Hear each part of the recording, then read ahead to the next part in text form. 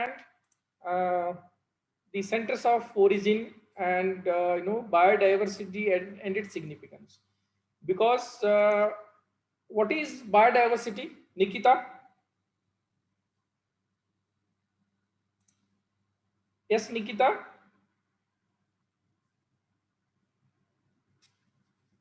Is my slides are visible? Yes, sir. So, Yes, sir. Pooja, what is the biodiversity?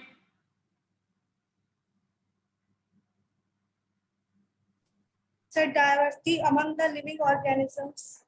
Okay, the meaning itself, one is it's a two words, combination of two words. One is the bio, means biological, means living entities, and second is the diversity, means the variation in that is biodiversity. Okay, as said by the Nikita or Pooja, it's the diversity among the organisms or the plants. Okay, and today's class will discuss about centers of origin. What do you understand by centers of origin, Pooja?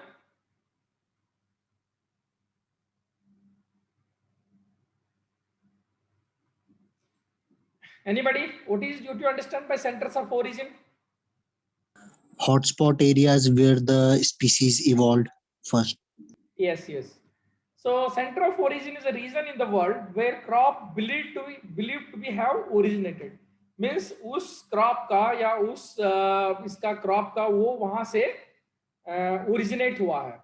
For example, how we'll understand why that place is being center of origin of that crop. हम कैसे समझते हैं?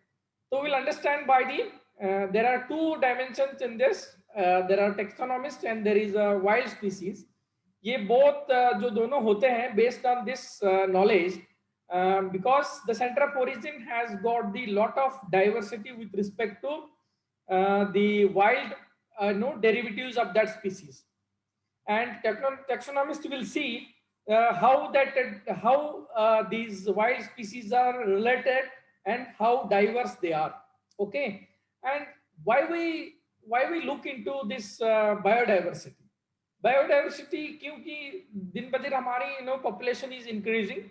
There is a huge pressure on the forests, and due to this, so we are selectively cultivating only few crops, around 12 to 15 crops we are mainly dependent on, and that too we are not worried about the other wild relatives of those crops. For example, in case of mung bean, there are other wild species of that mung bean. For example, mungo, what is it? Mung bean has got origin, in India itself, and India has got the Western Ghats has got a good diversity of mung bean.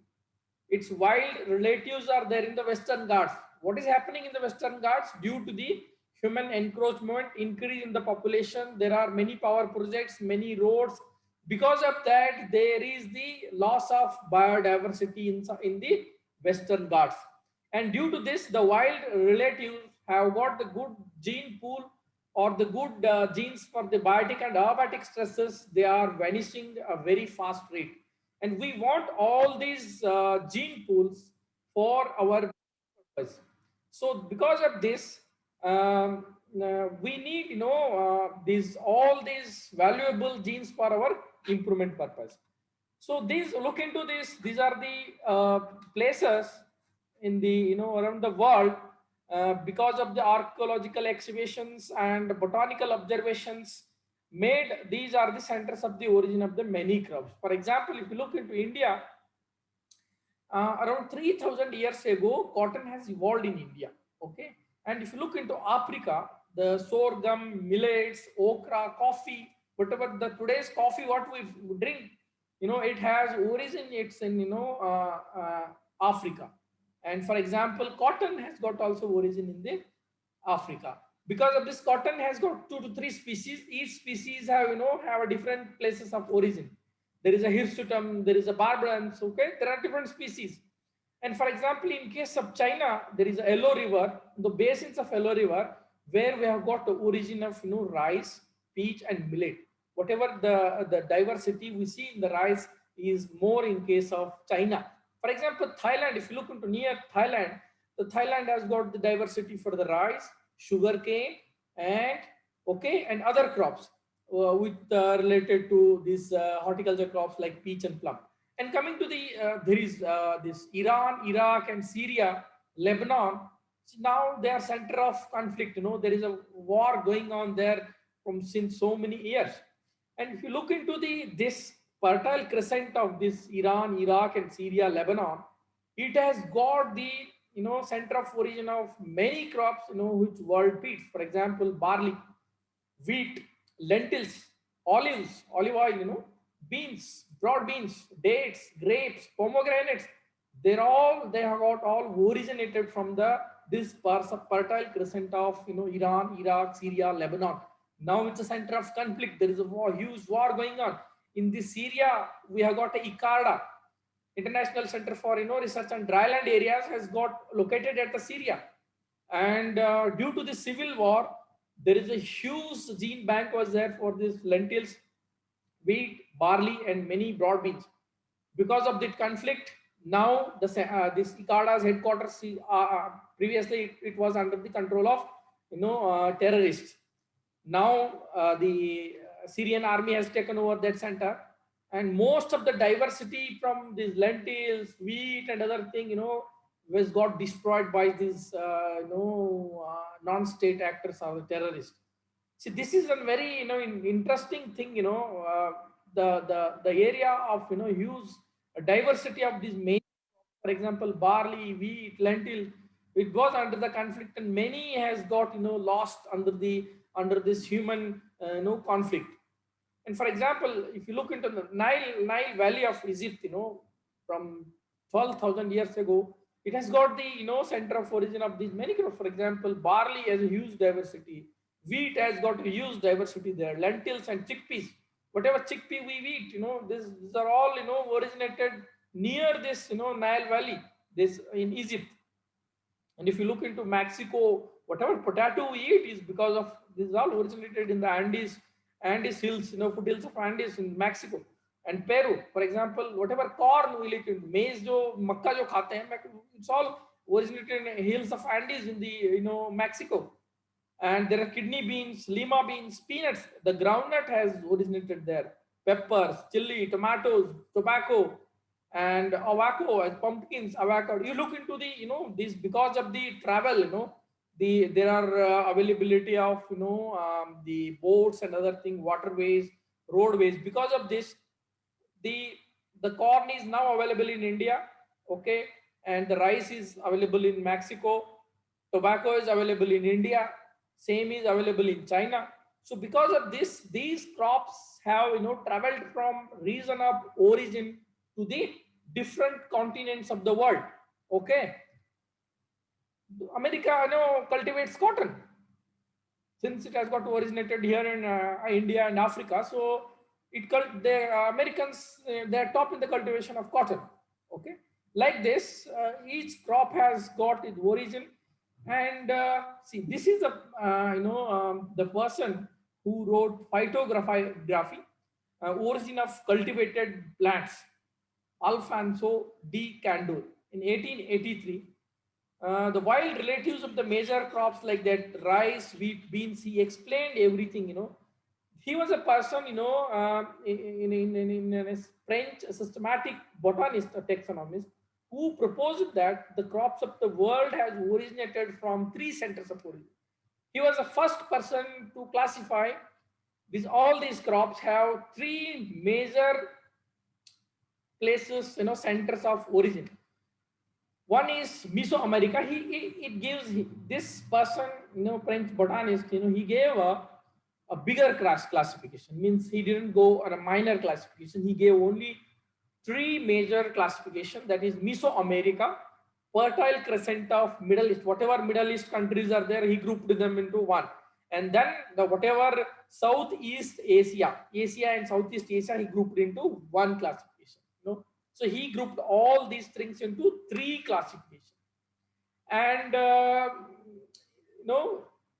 were criteria, for his classification. The first criteria was places where a plant grows simultaneously in a wild state. For example, his first criteria was जो भी अभी हमने domesticate किया, cultivate किया, हम जो rice खाते हैं उसके अलावा राइस की जो भी जाति है जो वाइल्ड है, मतलब जो जंगली है, उसके साथ जो ग्रो होता है, उस पहला this was the criteria. And he also had seen the old deposits, buildings and archaeological, paleobotanical records also he studied, and that was also one of the criteria.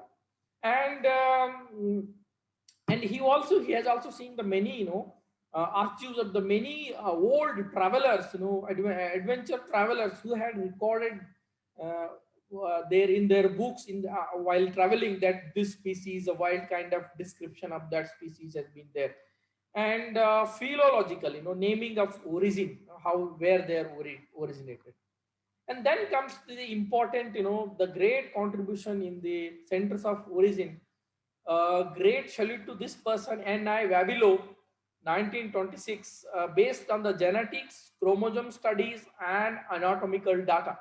In 1926, there was a big, bit of advancement in a science where genetics principles were laid out, and microscopy was good.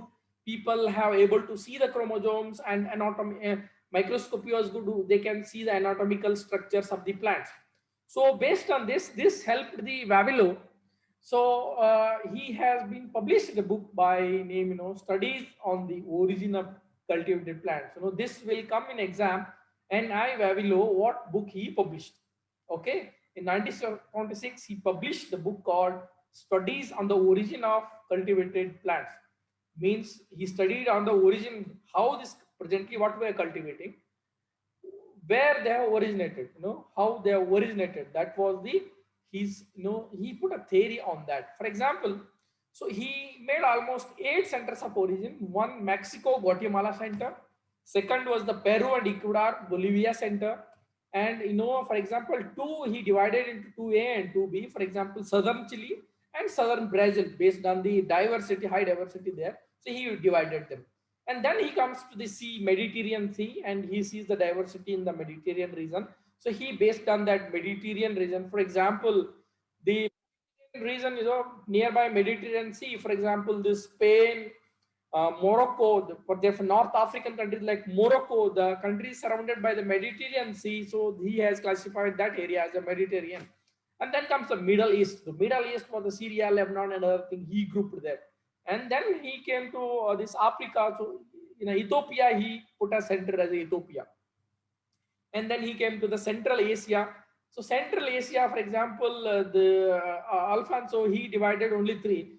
Southeast Asia. So he divided that Southeast Asia into, for example, Central Asia, Indo-Burma region, for example, Siam, Malaya, Java, for example, this Malaysia, Java. So all he divided in 1, 2, 3, 4, 5. He divided this Southeast Asia into, for example, China, Korea, he put in a different place, Malaysia, Malaya and Java, he put in Siam in a different way, and Indo-Burma in a different region. So like that, Central Asia. So he classified them into different. This was based on his, genetics, chromosome studies, and anatomical data. For example, each crop has got a characteristic primary center of diversity, and the primary center of diversity is called as center of origin. Means the primary center of diversity is where the diversity is highest, and later on when the crop move from that region to other region, after going there, the diversity has from center of origin, it has reduced. Primary center se come diversity. That center is called as secondary center of origin for that crop. In 1926, Wawilo proposed and classified a primary center of origin. Means crops evolved from the wild species in the areas showing the maximum diversity. The diversity is at the highest there. And secondary center. In some areas, certain crop species show considerable diversity of forms, although they did not originate there. वहां origin नहीं हुआ, लेकिन वहां से जो center of primary center से diversity कम है, लेकिन वहां से origin नहीं है. That is called as secondary center of origin. ये दोनों I will ask in the exam. What is the primary center of origin and secondary center of origin based on the criteria of N-I, Babilo, right? And then comes, he's, for example, he was very smart enough, for example, to give based on the his theory. He put, for example, in case of Chinese center of origin, and this is the largest and oldest independent center. So it includes most of the mountainous regions of the central and western China and adjacent lowlands. For example, he has classified this center. For example, his theory, the primary center of origin, is the first one is the soybean, radish, orange, pear, millets, oats, and Chinese cabbage. He gave all the center of the primary center of origin for this Chinese center of origin. And then secondary, see the considerable variability is there for the maize, rajma, cowpea, turnip, and sesame. This, the diversity is lesser than the primary center of origin.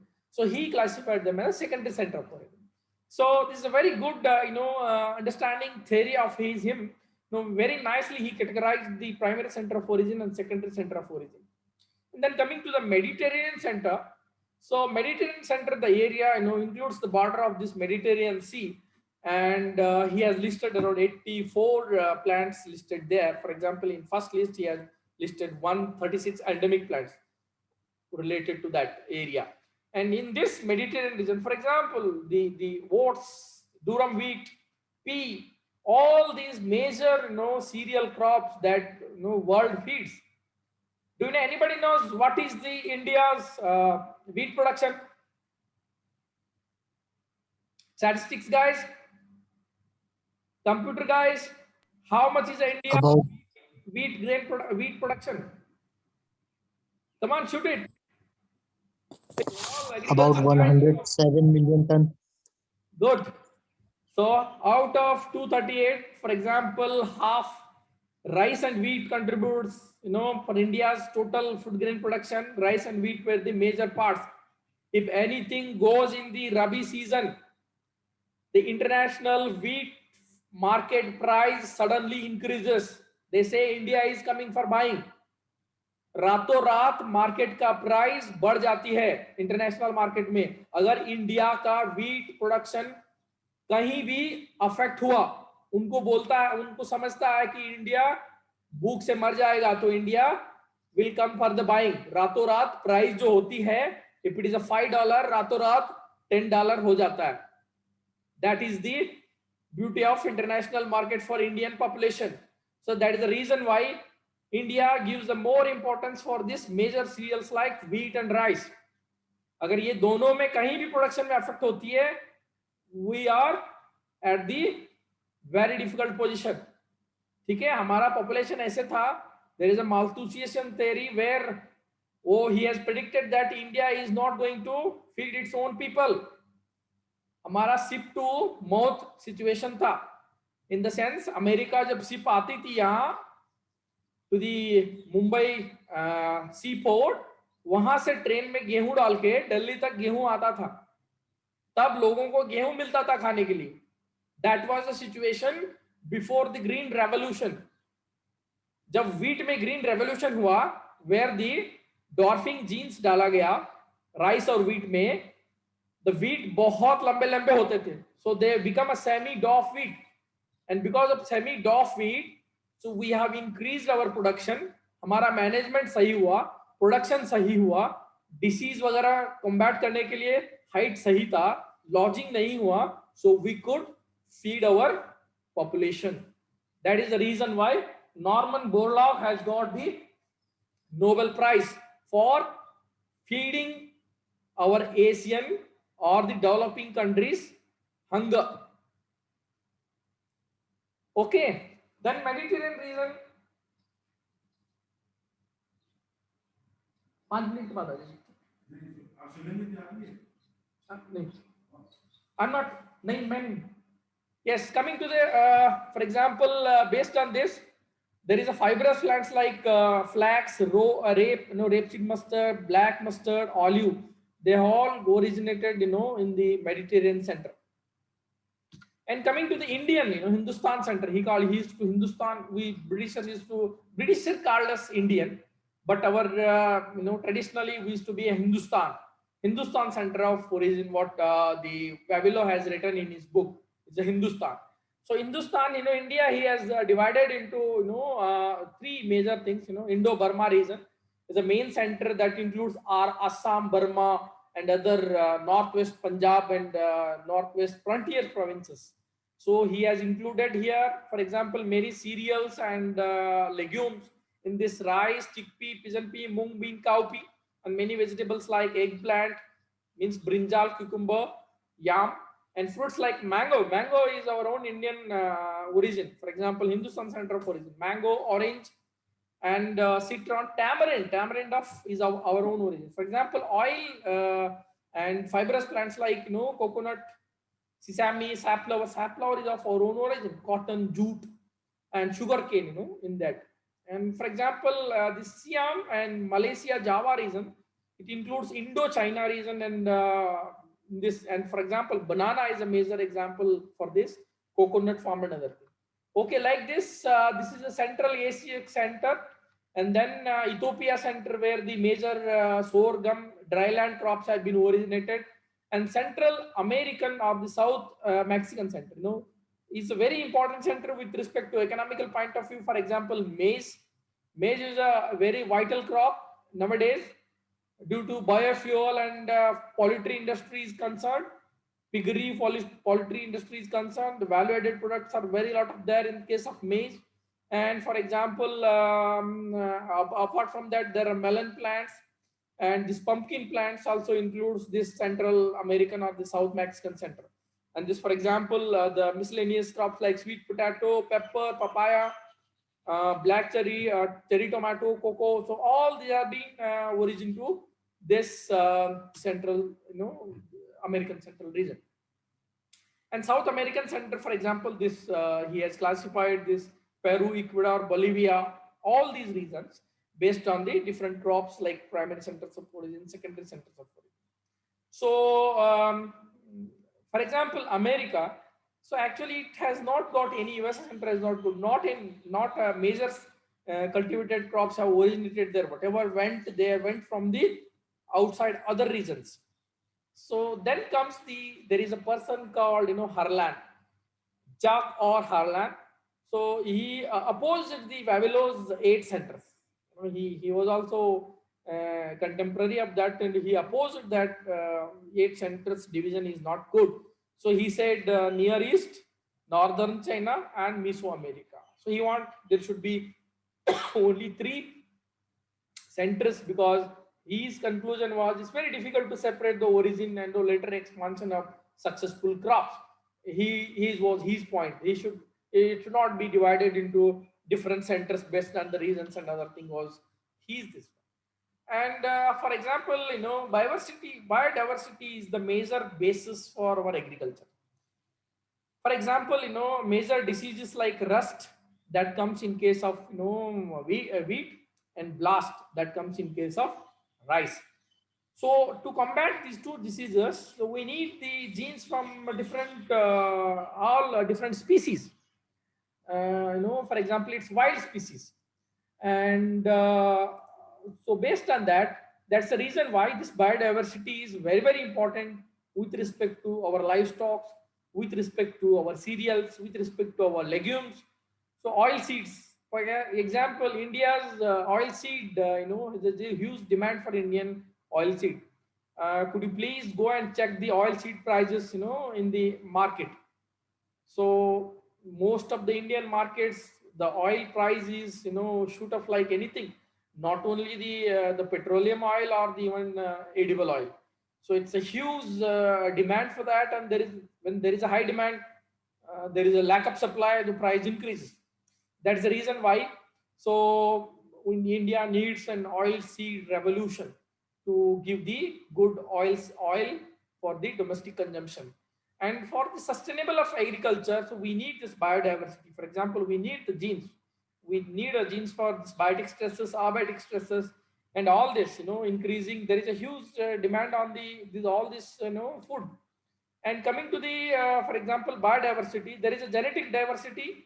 That is the variation in the genetic constitution of an organism. There is a species diversity. There is a variation in the variation of the species within that region. There is a ecosystem diversity. That is a variation in the ecosystem within the country. So that is very, very important. Then when we get a important term that is called as genetic erosion. The genetic erosion is the major thing, there is a loss of genetic diversity is called as a genetic erosion. So the centers of origin is the major point of thing, that we are already concerned. For example, you look into the this table. In this, there is a primary center of diversity and secondary center of diversity. You please remember this table. In this table, so this will come in exam where you will be asked to differentiate between the primary center of diversity and secondary center of diversity. So you need to define it with respect to definition, the reasons of vast genetic diversity of crop, and then genetic diversity, whether it is a high or less, and then region includes what kind of region it is included, and then for example, genetic diversity in this, primary center of origin has got the dominant genes, and then there is a recessive genes. You may ask what is the dominant gene and recessive gene. So this will be covered in subsequent classes where there is a primary, for example, there is a genetic diversity with respect to dominant genes and recessive genes. That characters, that contains the primary center has got wild characteristics, and in case of secondary center, the desirable means already the domestication is going on. So there are desirable characters will move. And in this, there is a crossing over. The crossing over is a term where this will be covered in case of mitosis and meiosis class, where you will be understanding how this variation of the diversity will be created by the genetic mechanism that is called as crossing over. So that kind of crossing over exhibits is lesser in the center of diversity, for a primary center of diversity, and that will be more in case of for example, in case of secondary center of origin. And there is a selection, the selection means how we select. That will be only natural in case of center of diversity, and then it comes to both there is artificial and natural selection will be operating there in the both the regions. Are you able to follow this one? Yes. Yes. Then there is another term that is kind of micro centers. It was given by Harlan, and the Harlan, he says that there is small areas within the center of diversity that exhibit a tremendous genetic diversity of some crop plants. He says there is a micro center. His definition of micro center is that there is among the जो diversity होता है उसमें एक छोटा region होगा, and that region will show the exhibit the tremendous genetic diversity of that plant, some crop plants. That is called as micro center. This is a simple definition. You can remember what is micro center. Okay, there is a major important aspect of this Harlan who gave the micro centers. He in this, he says they represent the small areas within the center of diversity, exhibit a tremendous genetic diversity. The rate of natural evolution is faster than the larger areas. That is what says, and they are the important site of the study of crop evolution. Means how the crops have been evolved will be studied in the in case of micro centers. This is how another this person, he classified Zukowski. He classified 12 mega centers of the gene centers of crops of diversity. So he has been given a little bit of more. For example, African he has classified one more, and then Asiatic region he had classified 2 or 3, and American region. So he made North America, Central America, and like that. So because of that, he also added the new region like Australian, New Zealand region that was left over. So like this, so he has added few more to the centers of origin. So you just remember the genetic erosion term in case of agriculture diversity. So we are, we want that the diversity need to be conserved. because this loss of genetic diversity will include the loss, that is going to create a genetic loss. Once there is a loss, there is a loss of that gene. For example, you maybe have heard a story of Dodo, D-O-D-O. Please note down D-O-D-O, Dodo. It was the bird that was found in some island, and there was a genetic erosion, and bird got extinct.